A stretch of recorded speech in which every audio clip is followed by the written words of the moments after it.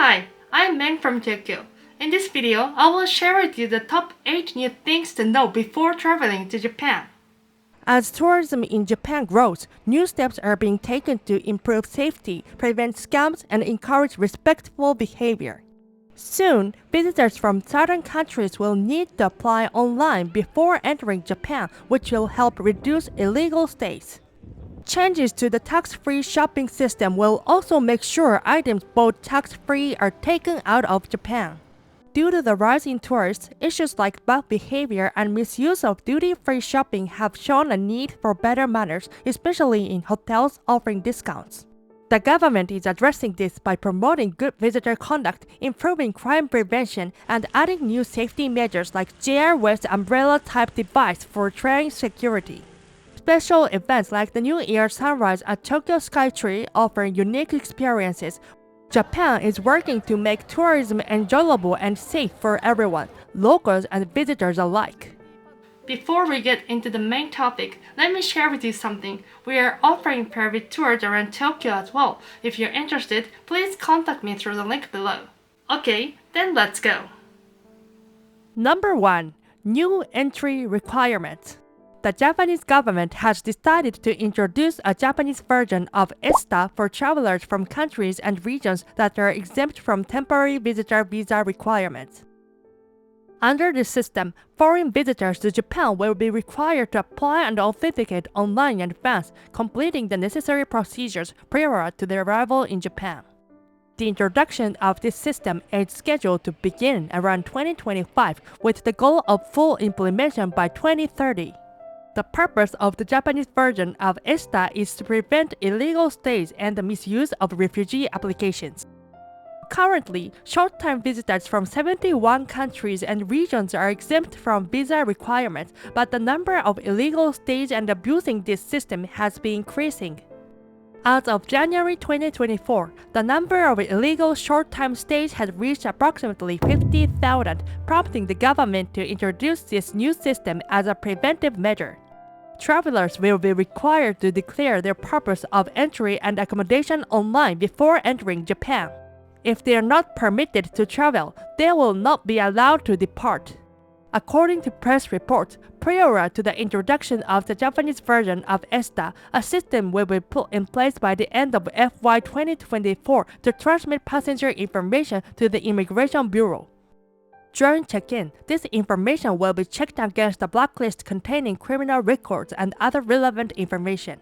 If a suspicious person is identified, they may be denied boarding. I will share more details on the Japanese version of ESTA when the specific start date is announced. Number 2. Review of tax exemption system. The Japanese government is reviewing the consumption tax exemption system for foreign visitors to Japan to prevent abuse for domestic resale purposes. Under the current system, visitors can purchase goods at tax-exempt stores without paying the consumption tax. However, there have been numerous cases of suspected domestic resale and instances where customs didn't confirm that items were taken out of the country. Additionally, 55 individuals left Japan without paying the consumption tax, resulting in approximately 1.85 billion yen in arrears. Inbound tourism is thriving with a record 3.29 million foreign visitors to Japan in July alone. However, many people are misusing the duty-free system, and efforts to stop these scams haven't kept up. At Narita Airport, some visitors have found ways to misuse the duty-free system to sell items in Japan without paying taxes. For example, one visitor was suspected of avoiding taxes by buying over 10 million yen in duty-free goods but not taking them out of Japan when they left. Right now, customs inspections are voluntary and officials cannot force visitors to pay taxes or stop them from leaving, like the police can. Some visitors have been caught giving duty-free goods to others in Japan or lying about their purchases. To fix this, the government plans to change the tax system in 2025. Under the new system, visitors will pay consumption tax at purchase and get a refund only if they prove the goods were taken out of Japan when they leave. A tax refund system is also expected to be introduced. Number 3. Problem behavior by tourists. A number of problematic behaviors and crimes by tourists in Japan have been reported one after another. First, a shopping dispute that occurred at a luxury brand Fendi store in Ginza, Tokyo was spread on SNS and attracted much attention. Crimes by tourists has also become an issue. In Tokyo, an 18-year-old American male was arrested on suspicion of setting fire to a container used to collect recyclable materials. The man had come to Japan as a tourist and was scheduled to return home, but security cameras captured the moment he set the container on fire. There have been 6 other incidents of suspicious fires in the area, and the police are investigating any connection. However, the man denies the charges, stating that he does not remember the event.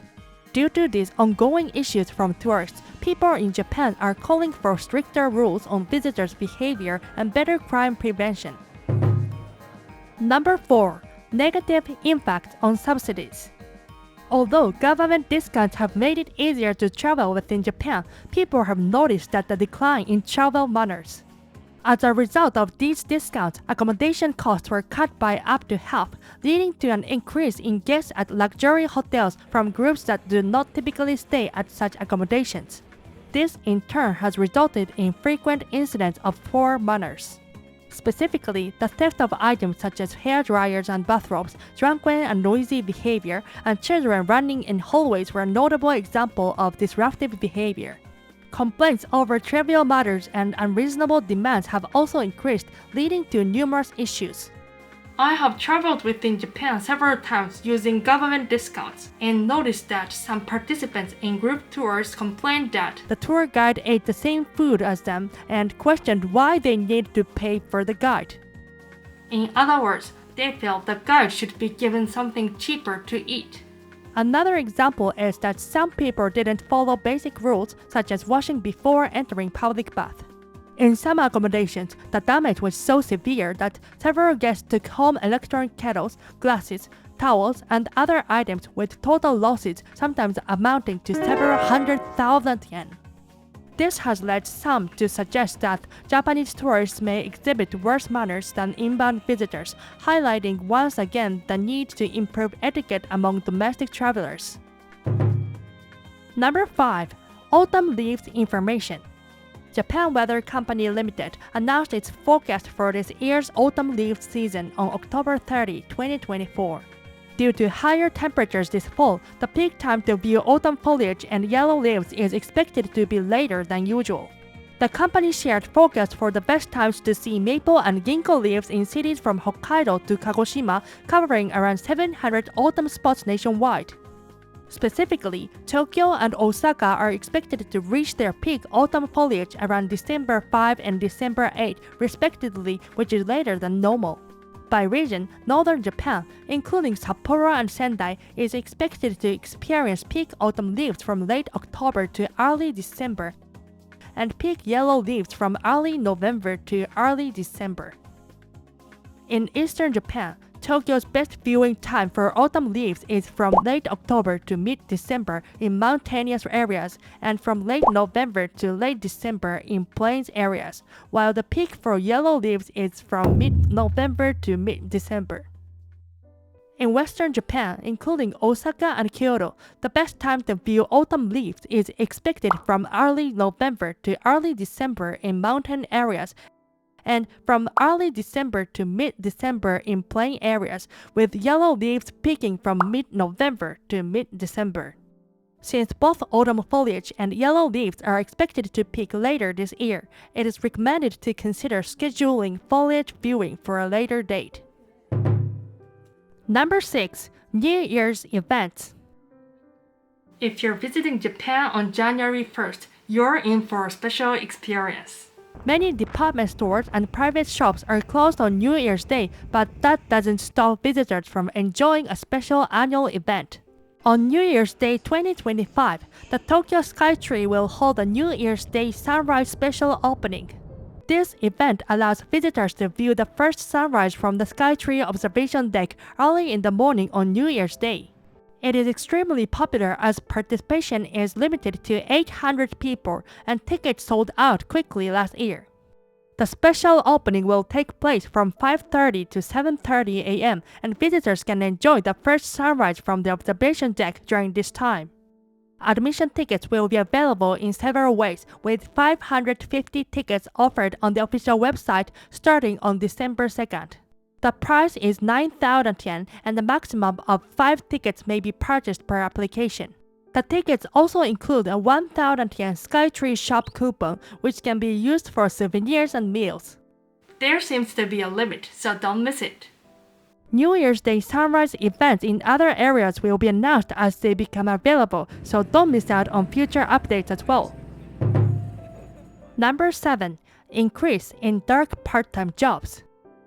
In Japan, black market part-time jobs promising high income and instant pay are spreading on social media and online boards, and more applicants are being pressured into crimes like fraud and robbery. Part-time job hunting through social media has become common, especially among young people. According to a survey by the employment information site MyNavi, 46.6% of high school students have searched for part-time jobs on social media, with a high percentage encountering suspicious job offers. Applicants are asked to provide personal information and then instructed to use a highly confidential application. In some cases, the job duties are unclear but the compensation is high and applicants are threatened if they attempt to quit. The black market job network has also led to robberies, with numerous incidents reported in the Tokyo metropolitan area involving the theft of money and goods from residents while they were at home. Reports indicate that the black market list is used for these crimes, with the target list updated by collecting personal information. On October 15, several individuals broke into a house in Yokohama City where they assaulted and killed a 75-year-old man, robbing him of 200,000 yen in cash. One of the arrested suspects stated that he had applied for a white-collar job advertised on a social networking site and was unable to leave because his boss possessed his personal information. Many people are getting involved in black market crimes, making Japanese citizens more aware of crime prevention. Number 8. Safety measures at stations. A new safety measure on trains announced by JR West has become a hot topic. In response to the knife-slashing incident that occurred on a train on the Kansai Airport line last July, JR West, in cooperation with a domestic manufacturer, has developed an umbrella-type security tool to protect passengers' safety. The umbrella-type security devices are scheduled to be developed in train cabins and conductors' cabs in the Kinki region starting in November. This move is expected to mark a step forward in JR West's efforts to enhance passenger safety. That's all for today. Don't forget to subscribe and like button. See you at the next video.